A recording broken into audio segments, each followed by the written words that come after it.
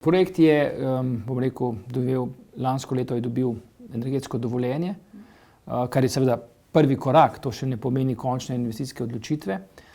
Začeli smo mislim, da je koncem meseca marca, je Ministrstvo za infrastrukturo na Ministrstvo za okolje in prostor posredovalo državni prostorski načrt, s tem se pač stvari z umeščanjem v prostor začenjajo.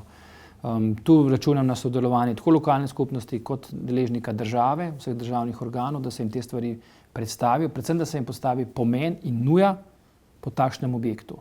Mi se moramo zavedati, jedrska energija doživlja renesanso. Pomeni, da bo vse te države, ki nekako imamo jedrsko energijo, bodo razmišljale o nadgradnji tega oziroma o novih proizvodnih objektih. Pomeni, da bodo seveda tovarne oziroma proizvajalci zasedeni in bo treba seveda čakati na vrstni red.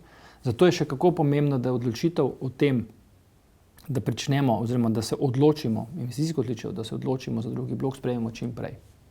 Hkrati pa, ko ste me vprašali za letnico, jaz sem prepričan, da leta 2033 bo drugi blok stal.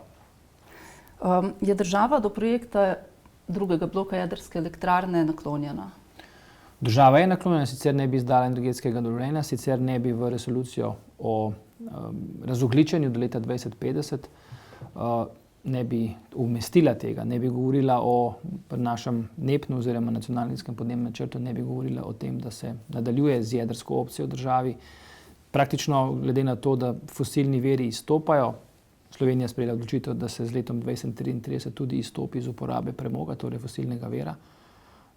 Nimamo druge možnosti oziroma priložnost je v jedrski energiji, kar izkazujemo z več kot 40-letnim odličnim, varnim, zanesljivim obratovanjem prvega bloka.